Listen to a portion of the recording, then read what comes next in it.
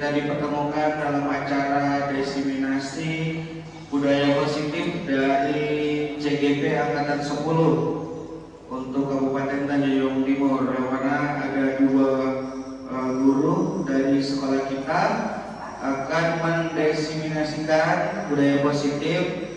Di sini sudah hadir di depan kita bersama-sama ada Bapak Dr. Sutrimo SPDGR MPD dan Bapak Eko Setio Nugroho SPDGR. Dan untuk mempersingkat waktu lebih baik dan lebih cepat lagi, bagusnya kita langsung persilahkan kepada pertama kali untuk Bapak Dr. Sutrimo menyampaikan presentasinya. Kepada Bapak Sutrimo, tempat, waktu dan kesempatan dipersilakan. Baik, terima kasih atas kesempatannya. Bapak Ibu mohon izin untuk berdiri. Oke, baik Bapak Ibu, sebelum kita mulai, apa kabarnya hari ini? Baik, alhamdulillah. Masih semangat? Kalau semangat berarti makin semangat ya. Oke, alhamdulillahirobbilalamin. Oke, bismillahirrahmanirrahim. Assalamualaikum warahmatullahi wabarakatuh. Oke, alhamdulillah. Terima kasih kepada Bapak Ibu yang sudah berkenan hadir, dan alhamdulillah kita semua dapat berkumpul dan bertatap muka di dalam ruangan yang berbahagia ini dalam rangka dan dalam kegiatan yaitu diseminasi budaya positif untuk pendidikan guru penggerak, yang pada hari ini akan disampaikan beberapa informasi-informasi dari budaya positif yang sudah kami pelajari dan kami akan memperkenalkan dan mengimplementasikan serta menyebarkan kepada Bapak Ibu semua. Baik Bapak Ibu, seperti yang kita tahu bahwa konsep inti daripada budaya positif itu ada beberapa komponen, yaitu tentang perubahan paradigma belajar, kemudian disiplin dalam proses, kemudian nilai-nilai kebijakan dan kebajikan, kemudian kebutuhan dasar manusia, kemudian motivasi perilaku manusia, kemudian posisi kontrol guru, kemudian keyakinan kelas, dan yang terakhir adalah segitiga restitusi. Nah, mungkin Bapak Ibu guru sudah sering mendengar beberapa istilah yang sudah saya sampaikan tadi, namun mungkin belum kita terbiasa ataupun kita belum secara utuh melaksanakan dalam kehidupan sehari-hari kita sebagai seorang pendidik. Nah, sekarang kita akan membahas terkait dengan pembelajaran dengan paradigma baru, bahwa Bapak Ibu kita sudah melaksanakan pembelajaran di abad 21 dengan kurikulum merdeka ini, yaitu pembelajaran yang dirancang berdasarkan prinsip pembelajaran berdiferensiasi. Nah, dengan kebutuhannya yaitu sesuai dengan teori psikologi modern yang mewujudkan profil pelajar Pancasila, di mana profil pelajar Pancasila itu ada 6. Bapak Ibu, pastinya Bapak Ibu sudah memahami dan sudah mengerti terkait dengan profil pelajar Pancasila. Kemudian kita akan lanjutkan. Selama ini kita mengetahui, tetapi kita sering melaksanakan atau melakukan miskonsepsi tentang teori kontrol. Artinya adalah, ya contohnya nih, ilusi guru mengontrol murid, kemudian ilusi bahwa semua penguatan positif itu efektif, kemudian ilusi bahwa orang dewasa itu berhak memaksa, kemudian ilusi bahwa kritik dan membuat rasa bersalah itu adalah menguatkan karakter. Jadi dalam pertemuan ini kita akan membahas dan meluruskan serta mengklarifikasi apa saja budaya-budaya positif yang bisa kita lakukan di dalam kelas maupun di lingkungan sekolah seperti itu. Nah, ini adalah stimulus respon, kemudian ada teori kontrol untuk mengubah paradigma bahwa yang kita lakukan selama ini ada beberapa hal yang miskonsepsi seperti itu. Nah, seperti terkhusus untuk topik kita yaitu disiplin positif, yaitu disiplin itu berarti berasal dari kata disiplina, artinya adalah belajar ya. Jadi selama ini kalau kita mengetahui bahwa kata disiplin itu kan lebih identik dengan aturan, betul ya Bapak Ibu ya. Ketika kita tidak sesuai dengan aturan, berarti kita tidak disiplin, kita tidak taat. Nah, tetapi arti yang sesungguhnya adalah belajar. Disiplin itu adalah belajar. Disiplin itu mengacu kepada rasa yang memiliki bertanggung jawab terhadap apa yang dilakukannya berdasarkan nilai-nilai yang diyakini. Nah, kemudian sebagai seorang pendidik pastinya kita akan menciptakan peserta didik yang memiliki disiplin diri sehingga mereka berperilaku mengacu kepada nilai-nilai kebajikan universal dan memiliki motivasi intrinsik dari dalam diri para peserta didik seperti itu. Nah, ini Bapak Ibu saya tampilkan untuk nilai-nilai kebajikan. Nilai kebajikan itu adalah nilai yang disepakati bersama, itu terlepas dari suku, bangsa, agama, bahasa maupun latar belakangnya. Artinya adalah universal secara keseluruhan. Nah, di mana nilai kebajikan itu biasanya tercermin dari profil pelajar Pancasila, kemudian ada teori yang namanya Primary Years Program, kemudian ada keterampilan hidup atau life skill. Itu biasanya nilai kebajikan tercermin daripada tiga komponen ini. Kemudian kita lanjut kepada kebutuhan dasar manusia, di mana kebutuhan dasar manusia itu adalah segala sesuatu yang kita lakukan untuk mendapatkan apa yang kita inginkan, yaitu seluruh tindakan yang kita lakukan memiliki tujuan tertentu dan semua usaha itu dalam rangka agar kebutuhan dasar itu terpenuhi dengan baik. Nah, pastinya Bapak Ibu memahami kebutuhan dasar manusia itu apa saja. Nah, ini Bapak Ibu, kebutuhan dasar manusia itu ada 5. Yang pertama adalah kebutuhan bertahan hidup, kemudian kasih sayang dan rasa diterima, kemudian penguasaan, kemudian kebebasan, dan yang terakhir adalah kesenangan. Jadi 5 kebutuhan dasar manusia ini yang dasar ya, namanya dasar berarti yang patut untuk kita penuhi. Nah, kenapa 5 kebutuhan dasar manusia ini kita bahas? Karena kita akan mengimplementasikan atau kita akan mengkonfirmasikan terhadap para anak atau peserta didik kita. Nah, apa sih kebutuhan dasar seorang manusia atau seorang peserta didik dasarnya seperti itu? Kemudian ada terkait dengan motivasi perilaku manusia, di mana motivasi itu dengan tujuan untuk menghindari ketidaknyamanan atau hukuman, kemudian untuk mendapatkan imbalan atau penghargaan dari orang lain, kemudian untuk menjadi orang yang mereka inginkan dan menghargai diri sendiri dengan nilai-nilai yang mereka percaya. Kemudian, nah ini Bapak Ibu, kita sering dan sudah melakukan, bahkan Bapak Ibu yang sudah mengajar lebih dari setahun, 2 tahun, sampai bahkan puluhan tahun, pastinya sudah mendengar bahkan melakukan terkait dengan 3 istilah ini, yaitu hukuman, konsekuensi, serta restitusi. Nah, di mana ketiga istilah ini ada memiliki beberapa perbedaan. Kalau hukuman itu tidak terencana, tiba-tiba. Kemudian murid itu tidak tahu apa yang akan terjadi atau yang tidak dilebatkan. Kemudian bersifat satpara. Kemudian berupa hukuman fisik atau psikis, itu hukuman. Dan kalau konsekuensi itu adalah terencana atau sudah disepakati sesuai dengan peraturan yang ada. Kemudian murid tetap dibuat tidak nyaman dengan adanya konsekuensi ini. Kemudian sikap guru selalu memonitor murid kalau konsekuensi. Nah, sedangkan restitusi itu adalah proses menciptakan kondisi bagi murid untuk memperbaiki kesalahan. Jadi kita memproses bahwa murid yang melakukan kesalahan kita proses untuk mereka memperbaiki, bukan hanya dihukum atau mereka melakukan konsekuensinya. Kemudian restitusi ini juga prosesnya secara kolaboratif yang mengajarkan murid untuk mencari solusinya sendiri. Jadi dengan istilah lain bahwa restitusi ini yang baik untuk kita laksanakan sebagai seorang pendidik. Nah, nanti kita akan bahas bagaimana penerapannya. Nah, di sini ada 5 posisi kontrol seorang guru atau pendidik. Yang pertama adalah menghukum, kemudian pemantau, kemudian adalah pembuat merasa bersalah, kemudian ada teman, kemudian yang terakhir adalah manajer.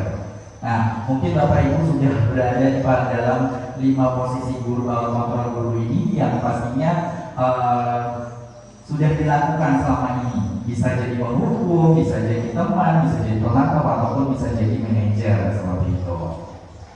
Nah, mungkin saya bahas langsung ke TKP ya. Artinya adalah terkait dengan contoh penerapan 5 posisi kontrol guru. Nah, contohnya Bapak Ibu ya. Misalnya ada kasus siswa tidak memakai atribut lengkap saat upacara bendera. Nah, sekarang kalau misalnya kita sebagai posisinya sebagai penghukum, maka pastinya kita akan memberikan hukuman hormat pada bendera selama 1 jam. Itu adalah sebagai penghukum. Kemudian kalau penghukuman merasa bersalah, berarti berapa kali ibu atau bapak harus memberitahu kamu selalu saja mengecewakan ibu bapak. Nah, sering nggak kata-kata itu kita sering keluarkan kepada anak-anak didik kita. Nah, itu artinya kita tuh membuat anak itu atau murid itu atau peserta didik itu untuk bersalah karena kita sering sudah mengingatkan gitu. Kemudian yang selanjutnya adalah teman. Kalau teman boleh biasanya dengan kata seperti ini. Ayo dong ibu jalan pulang sekolah, tolong bantu ibu atau bapak ya sekali ini. Ya sudah tidak apa-apa, lain kali jangan sampai berbuat seperti ini lagi ya. Nah biasanya kan seperti itu kan. Itu posisi kita sebagai seorang teman. Nah kalau sebagai pemantau itu adalah kamu sudah melanggar peraturan sekolah. Kamu tahu kan konsekuensinya setelah upacara kamu beli atributnya ke koperasi dan jangan diulangi lagi. Jadi cuma hanya pemantau langsung memberikan apa ya bahasanya, langsung memberikan perintah apa gitu. Jadi dia hanya memantau, tidak memberikan seperti yang lainnya tadi. Kemudian kalau manajer, nah manajer ini adalah titik poin yang harus kita sering lakukan Bapak Ibu. Contohnya adalah apakah kamu tahu kesalahanmu? Kira-kira bagaimana kamu memperbaiki kesalahanmu? Nah, artinya kita mengajak kolaborasi anak kita atau peserta didik kita dengan cara tidak menjudge atau menghakimi dari satu arah saja. Tetapi kita bertanya, apa sih kira-kira kesalahan kamu? Kemudian bagaimana kamu bisa memperbaiki kesalahannya? Gitu.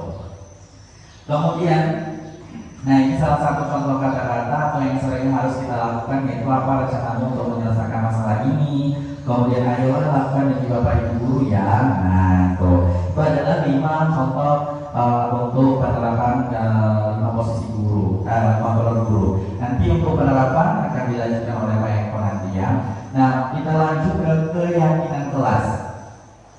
Pasti Bapak Ibu sudah sering juga melakukan ini di dalam kelas, dalam proses pembelajaran. Tetapi mengapa keyakinan kelas ini dilakukan? Mengapa bukan peraturan kelas? Nah nanti kita akan bahas dan jawabannya akan berada pada contoh-contoh yang akan kami sampaikan. Nah sekarang langkah-langkah untuk pembentukan keyakinan kelas, yaitu yang pertama adalah bentuknya dari keyakinan kelas itu adalah berupa keyakinan. Kemudian bersifat abstrak berupa pernyataan universal dibuat dalam pernyataan positif, kemudian sedikit saja agar mudah diingat sesuai dengan kondisi kelas dan sekolah, kemudian semua warga sekolah atau warga kelas kemudian dilibatkan dalam membuat keyakinan kelas. Itu kata-kata kunci daripada keyakinan kelas. Kapan kita buat keyakinan kelas Bapak Ibu? Pastinya kalau misalnya guru mata pelajaran sebelum memulai mata pelajaran pada pertemuan pertama kali misalnya semester baru, atau boleh secara kontinu di 2 minggu, setiap 2 minggu, atau boleh juga setiap pembelajaran dimulai gitu ya, keyakinan kelas. Nah kemudian nih saya bahas topik-topik kita secara singkat dulu, nanti kita akan contoh penerapannya nanti akan dibahas lanjut. Kalau misalnya selanjutnya adalah segitiga restitusi itu melibatkan 3 langkah, yaitu menstabilkan identitas, kemudian validasi tindakan yang salah, kemudian yang ketiga adalah menanyakan keyakinan. Jadi 3 komponen ini yang akan menjadi acuan atau panduan kita dalam pelaksanaan penyelesaian masalah melalui segitiga restitusi tersebut. Nah, untuk melaksanakan segitiga restitusi itu adalah yang pertama adalah berdasarkan prinsip membuat kesalahan adalah bagian dari proses pembelajaran. Yang pertama, berbuat salah itu wajar. Nah, sering kita harus sering memberikan apa ya namanya kata-kata seperti itu. Tidak ada manusia yang sempurna, Bapak Ibu Bapak Ibu juga pernah melakukan itu. Nah, itu adalah menstabilkan identitas. Kemudian kalau validasi tindakan, contohnya kamu pasti punya alasan mengapa melakukan hal itu. Nah, kamu patut bangga karena telah melindungi sesuatu yang penting buatmu. Kamu melakukannya karena mempertahankan sesuatu yang penting bagimu. Nah, artinya membuat mereka untuk memvalidasi tindakan yang salah itu tuh mereka benar-benar melakukan atau tidak, seperti itu. Kalau yang selanjutnya adalah menanyakan keyakinan. Apa sih keyakinan kelas kita? Nilai-nilai apa saja yang sudah disepakati? Kemudian seperti apa gambaran sebuah kelas yang ideal menurut kamu? Kamu ingin menjadi orang yang seperti apa? Nah, itu menanyakan keyakinan, yaitu dalam menyelesaikan masalah-masalah daripada peserta didik kita. Nah, yang terakhir yaitu dalam menerapkan program disiplin positif ini, hendaknya guru memiliki standar kepribadian, kemudian bagaimana merefleksikan dirinya dalam posisi kontrol, ya, kemudian bagaimana perjalanan dirinya sebagai akom atau manajer yang menuntut murid-muridnya menjadi insan yang mandiri, merdeka, dan bertanggung jawab, seperti itu Bapak Ibu. Nah, mungkin nanti kita akan berdiskusi terkait dengan penerapan budaya positif dari beberapa konten-konten yang sudah saya sampaikan tadi nanti di sesi diskusi. Mungkin hanya itu saja yang dapat saya sampaikan dalam penyampaian ini. Mudah-mudahan dapat bermanfaat dan saya kembalikan kepada moderator. Terima kasih. Terima kasih kepada Bapak Dr. Suprimo yang tadi sudah mempresentasikan definisi budaya positif. Sembari kita menunggu persiapan dari Bapak Eko, saya jelaskan kembali kepada Bapak Ibu bahwa nanti ada sesi diskusi ataupun sesi tanya jawab yang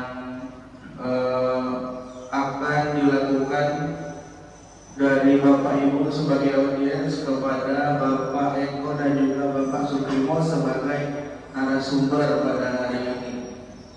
Tapi menunggu persiapan dari Pak Eko, mungkin sedikit lambat tapi bisa sama-sama applause dulu untuk presentasi dari Pak Suprimo tadi. Terima kasih banyak Bapak Ibu.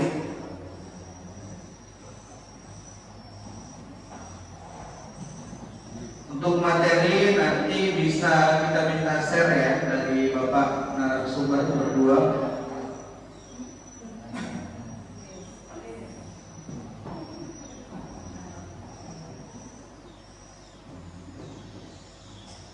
Oke, jadi untuk materi yang akan disampaikan oleh Pak Eko ini menyambung materi dari Pak Suprimo. Ya, jadi tetap satu materi Bapak Ibu, tetap satu materi untuk hari ini, cuma dijabarkan oleh dua narasumber gitu.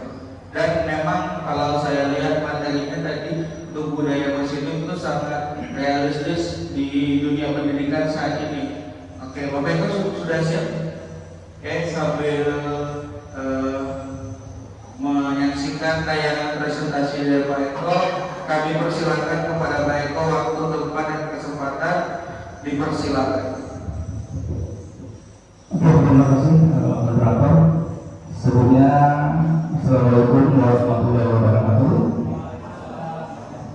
Ya, saya hormati Bapak Ibu guru, staf PU dan juga Bapak usaha sempat hadir pada hari ini, yakni dalam kegiatan diskriminasi budaya positif, yaitu bagian dari tugas kami dalam guru penggerak angkatan 10 2024. Saya akan menyambung dari Bapak Suprimo, yakni keyakinan kelas. Saya akan mulai dari keyakinan kelas. Kenapa keyakinan kelas?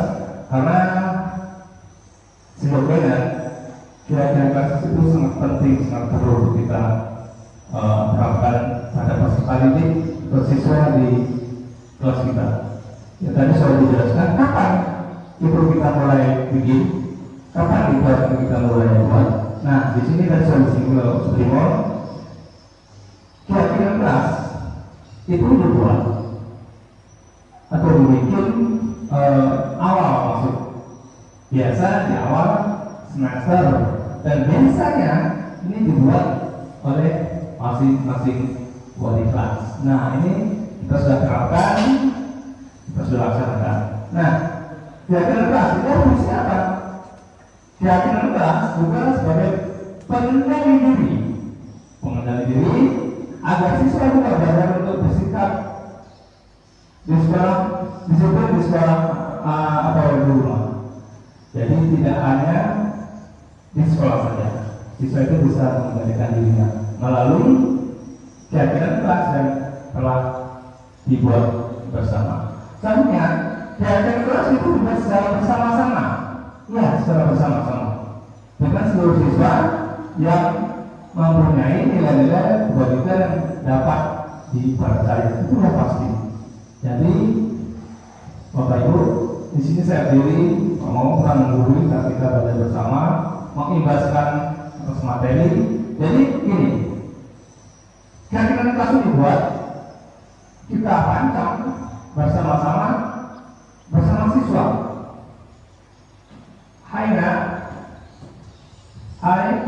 Apa yang akan kita buat? Apa yang kita sepakati untuk keyakinan kelas? Tujuan apa? Supaya dari siswa di atas dapat bersikap disiplin. Oke, ini contoh segitiga restitusi.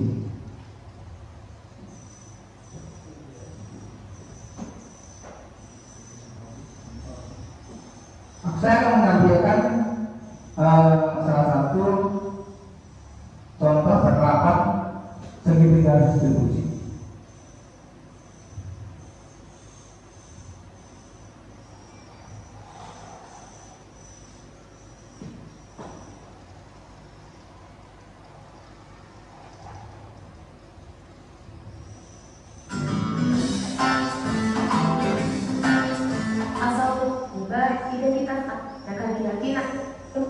Saat pelaksanaan STS yang telah dibuat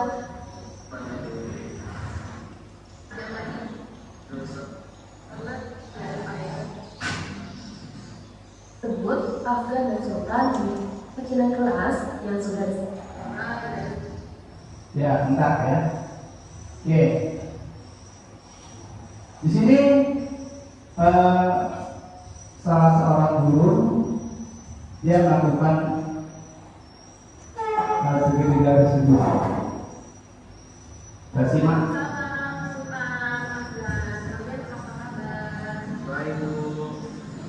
kemarin ibu dapat laporan dari Pak Eko, banyak kalian bermain samping di mana apalagi saat ujian semester. Iya Bu, karena saya perjalanan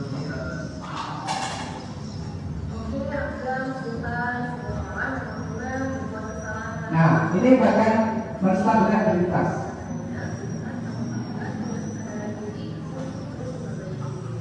Iya Bu. Oke, jadi di fase menstabilkan identitas, guru yang datang peserta didik, ya Adi, ini sudah menyadari kesalahan dan lain sebagainya. Itu yang dititik menstabilkan identitasnya. Oke, selanjutnya.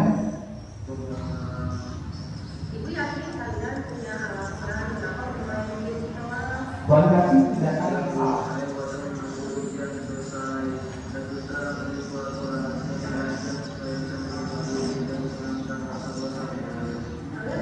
Nah, tadi kita dengar, kenapa dia keluar? Ini masalahnya, dia peserta didik tadi dia keluar pas jam pelajaran, menjelang ujian dimulai. Nah, itu tidak ada salahnya. Jadi tadi ibu guru tadi menanyakan apa masalahnya, kenapa pernah menyadari lah orang peserta didik tadi. Lanjut ya. Oh, Bapak dia yang ngajakin ya. Emang kenapa Bapak jadi gitu? Kami memang sudah sering bermain biliar beneran di luar sekolah Bu, kami dengan teman yang lain seluruh Bapak Ibu. Bu Ali bisa lihat kalian senang ya bermain game itu, tapi tidak memainkannya dengan berjalan pulang, apalagi saat ujian semester. Sampai akhirnya kayak kemana kan? Dan bagi kalian kita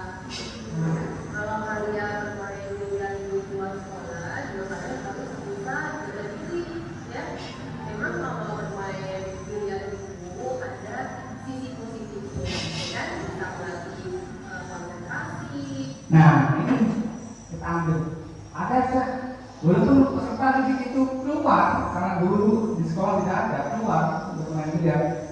Guru tersebut tidak menjatuhkan langsung, tapi guru tersebut bilang, ya ada posisi positifnya, salah satunya melatih konsentrasi.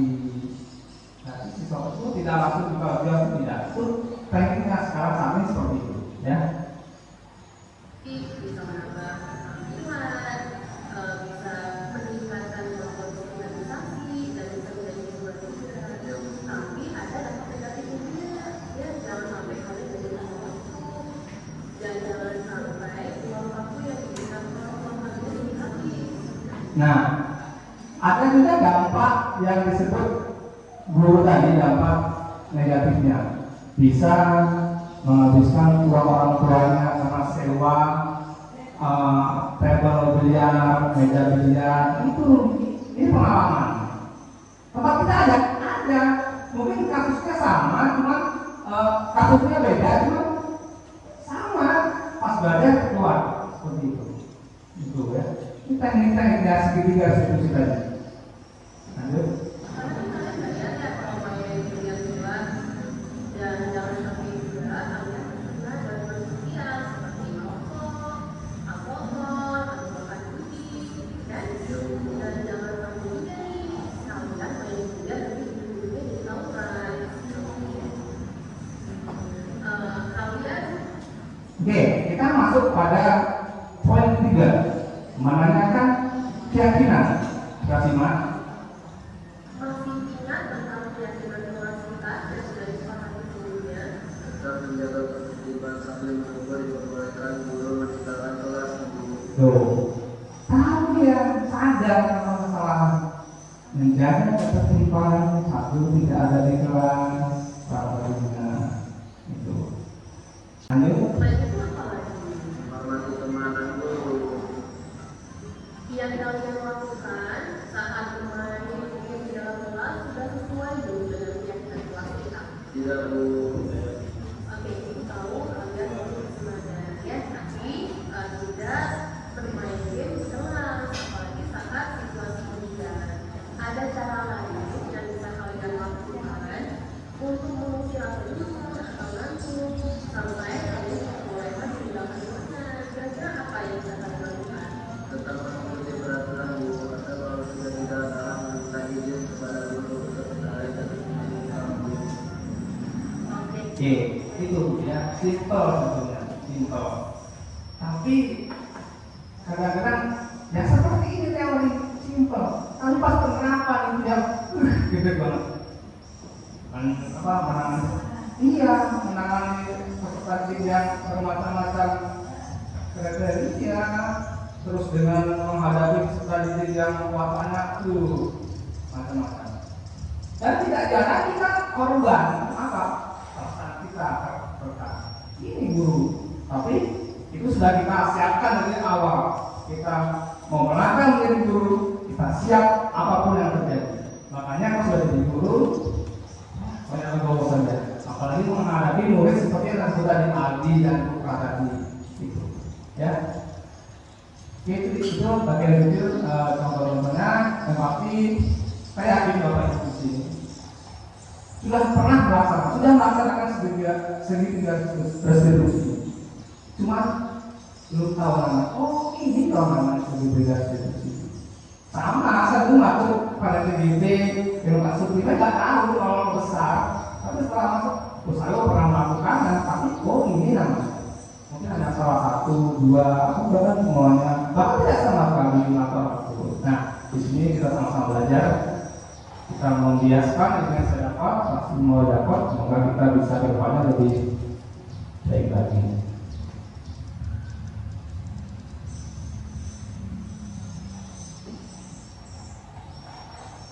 Oke, saya akan beri contoh penanganan saya. Di sini ada sedikit sekilas saja. Sekilas. Nah ini saya contohkan. Ini kalau Ini contoh. Tadi tahu kenapa kita ini keluar? Menurut kita. Kenapa sekarang?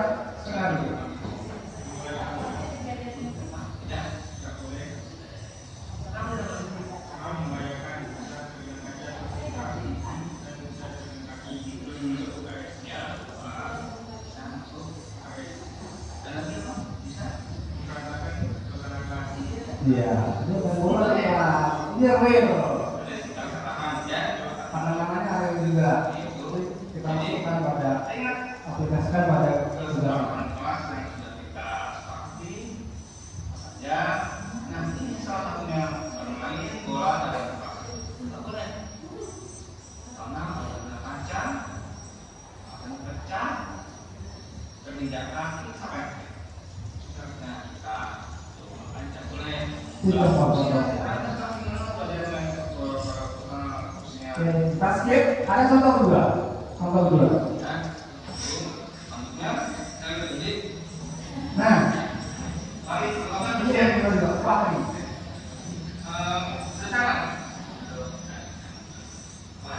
Kasusnya apa terus? Ya, apa terus kasusnya?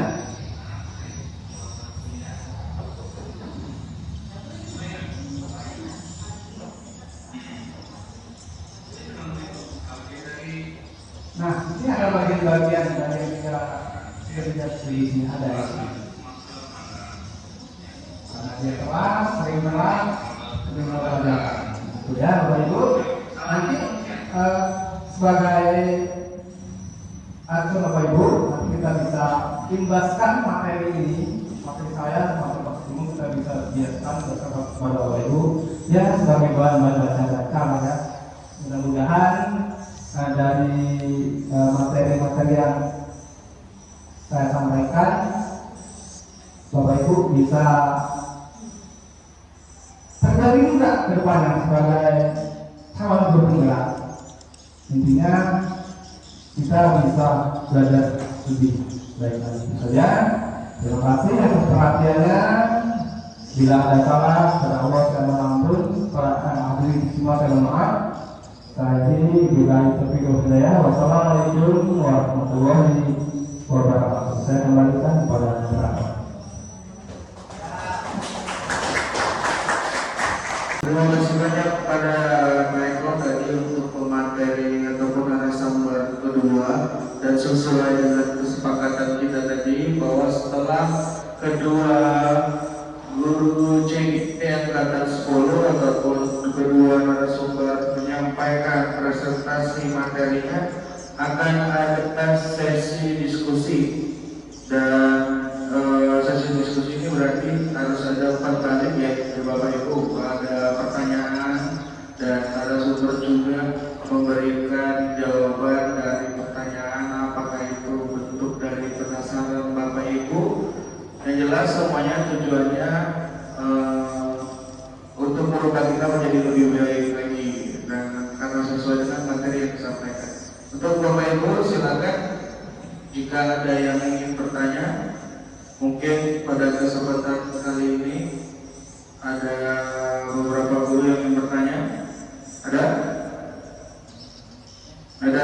Oke, dari Pak Arfan. Minta tolong Pak Ali. Pak Arfan. Cek.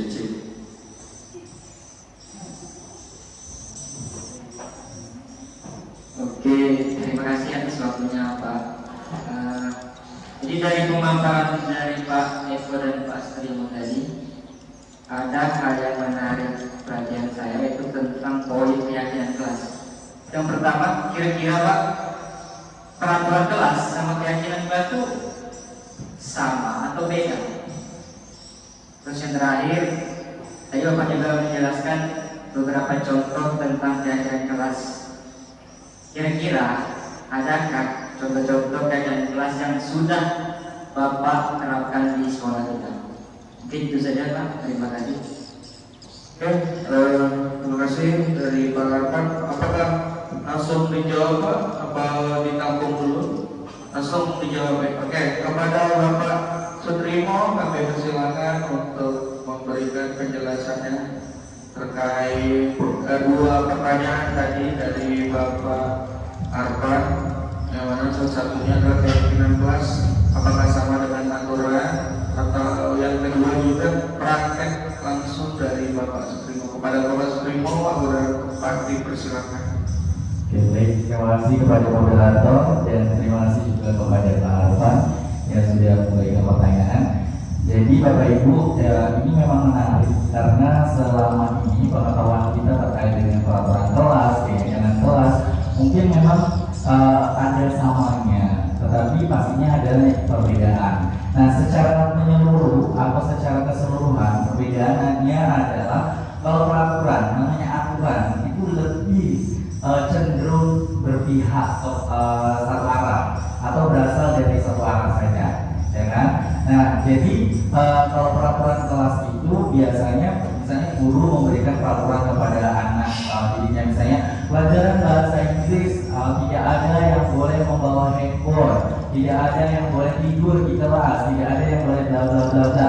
Itu kan peraturan. Nah, jika dilanggar pasti akan mendapatkan hukuman atau sanksi seperti itu. Dan biasanya peraturan itu berasal dari guru masing-masing. Ya, biasanya juga peraturan kelas itu bersifat dengan cenderung dengan kata-kata negatif, ya kan? Jangan tidur di kelas, nah, jangan berisik atau jangan membuat onar atau segala macam. Nah, kalau keyakinan kelas itu adalah lebih cenderung kita kolaborasi dengan peserta didik, nah, dengan siswa.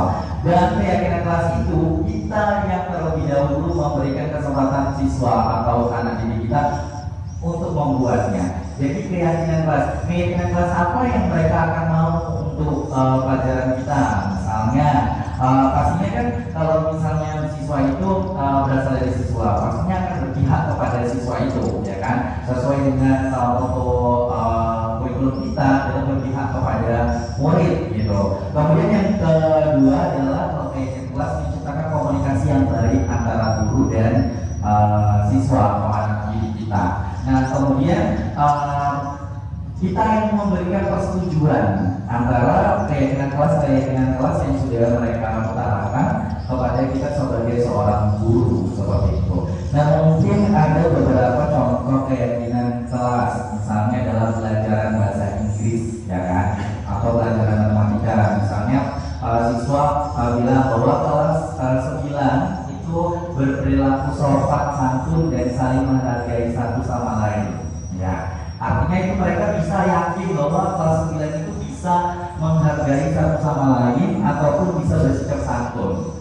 Atau siswa kelas 9 tidak menyalakan handphone ketika tidak diberi instruksi oleh guru, gitu. Kemudian siswa kelas 9 menggunakan seragam yang lengkap dan menunjukkan sikap semangat belajar ketika belajar bahasa Inggris. Nah, itu mereka dari mereka, keyakinan mereka. Jadi ketika mereka menyatakan tidak membuat keyakinan tersebut, ketika mereka melanggar, mereka akan mengingatnya karena dari mereka dan juga untuk mereka seperti itu. Sehingga memang lebih berpihak kepada murid. Sehingga ketika selama ini kita memberikan ketika kita dalam pembelajaran kan misalnya kayak Bu Lina pelajaran IPA, misalnya Bu Lina bilang pokoknya sebelum belajar IPA hari ini saya tidak mau semua siswa bajunya harus masuk, misalnya semua siswa tidak ada bajunya yang keluar, harus rapi gitu. Artinya kan itu dari Bu Lina sendiri, sedangkan siswanya mau ya udah kita keluarkan aja bajunya gitu. Jadi kita harus berdasarkan dengan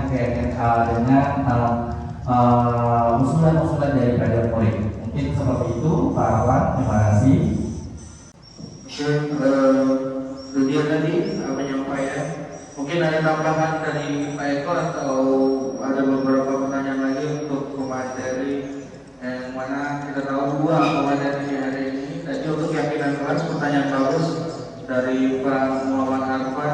Terima kasih banyak kepada Pak Arfan yang sudah ikut memberikan pertanyaan pada pemateri. Ada pertanyaan selanjutnya? Oke, dari Pak Udin yang pertama Udin. Silakan pada Pak Kamarudin.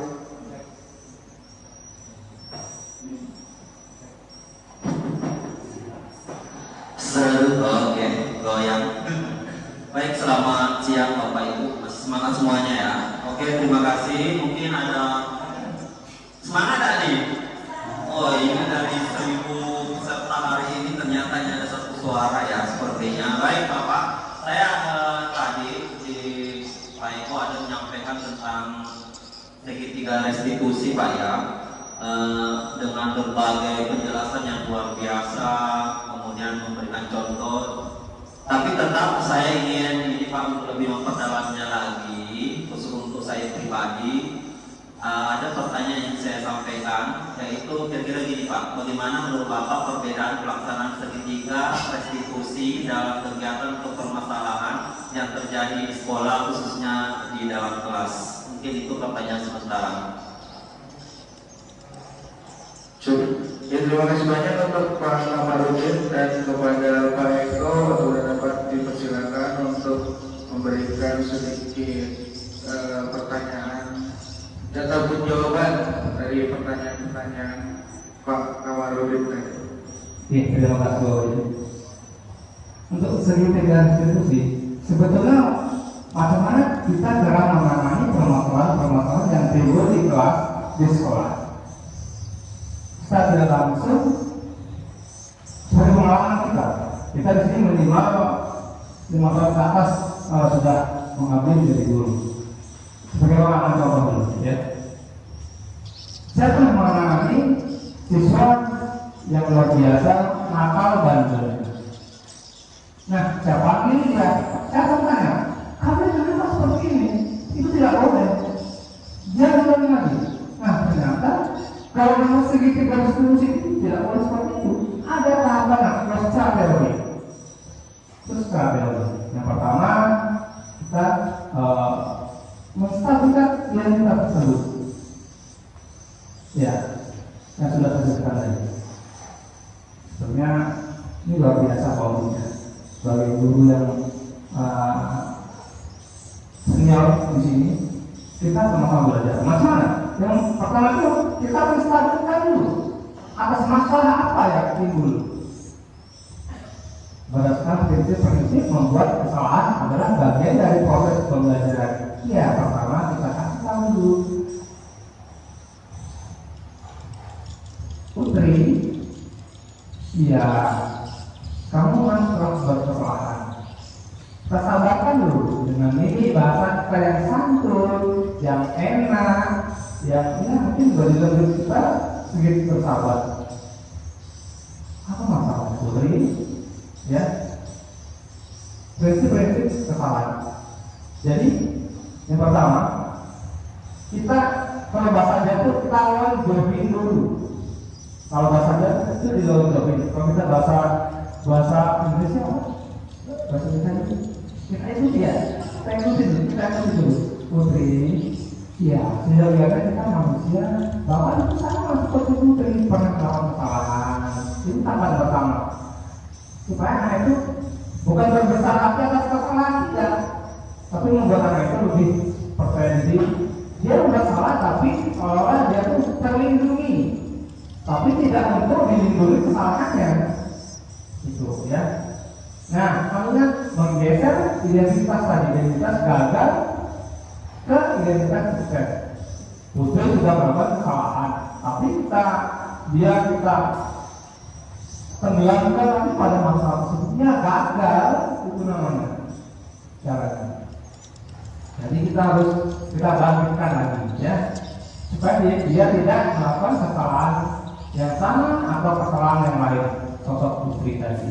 Oke, yang kedua yaitu restitusi yang kedua itu validasi tindakan kita validasi berdasarkan prinsip-prinsip perilakunya berupaya memenuhi kebutuhan tertentu. Apa Putri penyebabnya? Apa sebab masalah Putri? Mungkin Putri pas jam belajar dia tidur terganggu informasi. Ternyata Putri pulang sekolah sampai malam membantu orang tuanya karena kita mengajar di sini. Mungkin malam dia membantu orang tuanya memiliki kerupuk udang, mungkin bikin pempek karena desakan ekonomi dia bergadang. Jadi malam bergadang. Nah, terus siangnya pas sekolah dia salah satunya kita lihat kita koordinasi tindakan apa yang membuat dia seperti itu. Terus kita sebagai guru harus terbiasa dari memikirnya stimulus dan respon menjadi proaktif. Kita aktif, kita bangkitkan lagi semangatnya, kita motivasi dia. Yang ketiga, menggali dan mengakui kebutuhan pas kali itu apa? Dia tidur. Dia memenuhi kebutuhannya apa? Tidur. Dia ngantuk. Kita pelajari, kita motivasi putri dan seperti yang diulangi lagi dengan cara yang santun, bersahabat. Kembali lagi, yaitu kita menghamba kepada murid, ya, menghamba kepada murid. Bukan artinya kita menyembah putri, ya. Tuh, ya. Yang terakhir caranya itu menanyakan keyakinan putri tadi. Setelah melakukan tidur dengan putri, kamu sudah tidur nih di kelas pas pada bapak. Kamu tahu kan artinya itu melanggar? Tapi dia siapa? Maaf, salah, saya melanggar. Itu sudah melakukan dia. Oh yakin? Seorang putri tadi sudah melanggar keyakinan kelas. Itu. Jadi kita harus menguatkan lagi agar si putri tidak mengulangi hal tersebut. Tuh ya. Dan yang berikutnya mampu meningkatkan keyakinannya dengan tindakan yang sama. Jangan ditekan lagi, sudah salah dia mengaku salah ya sudah. Kita pindah. Ya betul tadi kita kasih ujangan mengakui salah. Dia sudah mengakui, sudah tidak akan mengulangi lagi. Gitu. Tapi saya yakin, Pak Udin di sini senior, guru-guru saya senior, punya trik hebat yang tidak lepas dari sistem atau aturan segitiga restitusi. Pasti seandainya guru yang lain belum berapa, mari kita sama-sama belajar. Nah nanti saya tidak mau kebetulan satu sekolah dalam segi ini akan ada dia mungkin apa kombel ya, ada buat komunitas belajar itu nanti kita akan coba menggandeng guru-guru apa yang kita perlu. Apakah kita mengarah kepada kenakalan atau kepada prestasi? Nanti kita bahas soal komunitas belajar agar apa? Intinya adalah karakter peserta didik kita baik untuk dia, keluarga, dan lingkungan. Itu saja. Mohon maaf, kalau tidak ada yang lupa. Saya akhiri. Wassalamualaikum warahmatullahi wabarakatuh. Oke, baik, terima kasih Pak, penyampaiannya yang sangat luar biasa. Tepuk tangan dong semuanya. Oke, Bapak Ibu, tadi terima kasih kepada Pak Udin yang sudah ikut aktif dalam kegiatan lomba baliknya. Mungkin masih ada, kira-kira? Ada ya? Oke, untuk Bu Elka silakan dipersilakan waktu dan tempat. Cek. Terima kasih buat kesempatannya. Ingin bertanya Bapak narasumber. Yang ingin saya tanyakan tadi masalah keyakinan kelas dan peraturan kelas. Pertanyaan saya, apa sih perbedaan yang mendasar antara keyakinan kelas dengan peraturan kelas? Terima kasih. Oke, untuk keyakinan peraturan berarti untuk Bapak Sutrimo ya, untuk materi kepada Bapak Sutrimo dipersilakan. Oke, terima kasih Bu Erika yang sudah memberikan pertanyaan. Yang ini mendasar kalau tadi Pak Arfan mau menanyakan apa sih yang bisa diterapkan contoh nyatanya keyakinan sama peraturan kelas. Kalau yang mendasar perbedaannya adalah yang jelas pertama kalau keyakinan kelas kalau peraturan kelas itu lebih menggunakan kata-kata negatif atau kalimat-kalimat negatif. Kalau peraturan keyakinan kelas itu menghindari atau penghindaran daripada kalimat-kalimat negatif. Kemudian kalau peraturan kelas itu biasanya mencantumkan larangan-larangan atau sanksi-sanksi yang dapat didapat oleh peserta didik kita. Kalau keyakinan kelas adalah menggiring peserta didik kita untuk berada di dalam keyakinan yang dibuat. Mungkin seperti itu Ibu Erika. Terima kasih. Oke, untuk Bu Erika masih ada ini kira-kira? Oke. Bapak Ibu lain ada untuk materi hari ini sebelum kita akhiri kegiatan diseminasi calon ya sepertinya ada dari Ibu Raisa. Pada Ibu Raisa kan waktu dan tempatnya dipersilakan. Ya, terima kasih untuk moderator dan Bapak narasumber. Ini yang berkaitan dengan konsep budaya positif. Tadi ada beberapa pertanyaan dari Bapak Ibu guru berkaitan dengan segitiga restitusi. Apa yang disampaikan tadi Bapak narasumber, yaitu bagaimana menyelesaikan masalah dengan tahapan. Ternyata ada 3 tahapan. Sebagai guru, ketika masuk di dalam kelas, ada beberapa siswa atau misalnya salah satu siswa punya masalah, dan saya pribadi setelah mengikuti 3 segitiga restitusi ini, tapi nyatanya tidak berhasil. Dengan maksudnya itu dengan bahasa sopan santun sebagai guru, ternyata siswa tersebut tidak paham dengan bahasa seperti itu. Bagaimana solusinya? Sekian dan terima kasih. Oke, untuk Bu Kaisa berarti pertanyaannya ditujukan kepada Pak Eko ya untuk materi segitiga restitusi. Dipersilakan Pak Eko untuk menjabarkan. Oke, terima kasih Bu Rosalina. Ini luar biasa. Anak-anak, ini yang perlu penting. Bagaimana penerapan di lapangan. Bu Kaisa, sudah berpuluh tahun mengajar. Dalam kasus apapun itu, mendidik anak, permasalahan bolos, kabur, kenakalan dan lain sebagainya, kita tangani dengan menggunakan.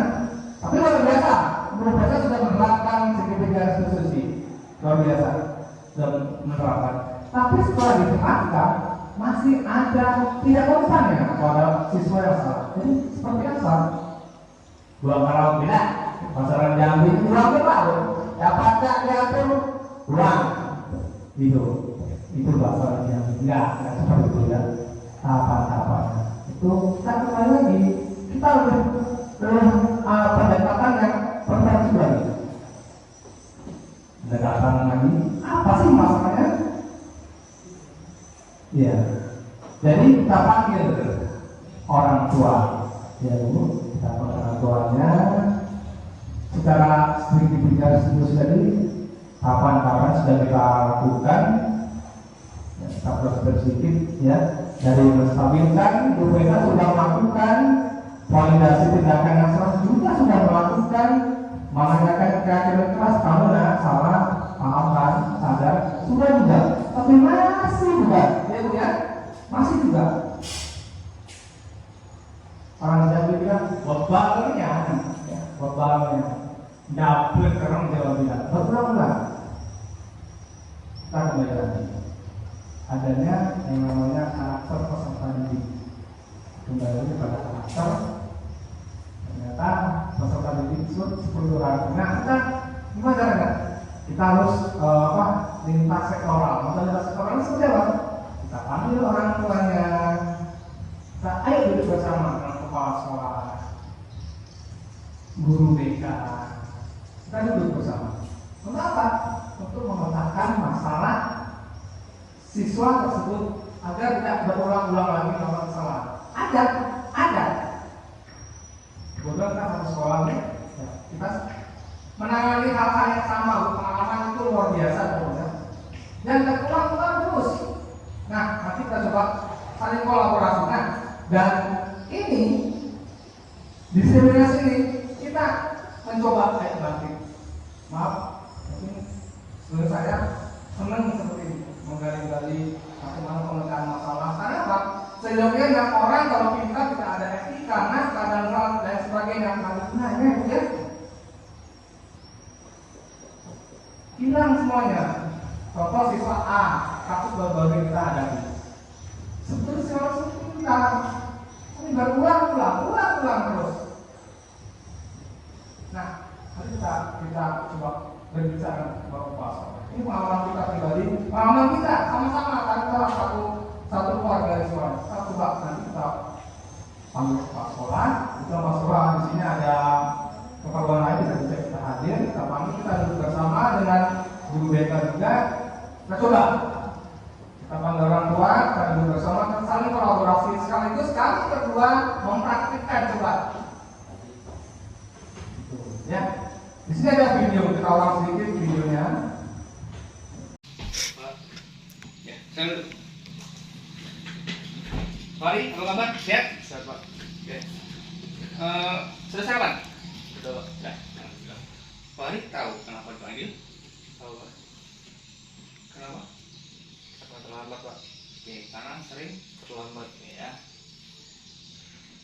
Coba ingat, Fahri sudah berapa kali melakukan keterlambatan datang ke sekolah? Berapa kali? 5 kali, Pak. Jadi ada 5 kali ya. Saya lihat datanya banyak nih, ada berapa kali? Ya, tanggal ini, ya. Jadi terlambat itu bagian dari pelanggaran kan? Iya, Pak. Pelanggaran itu ya. Jadi terlambat itu termasuk dalam pelanggaran. Ya, ya betul.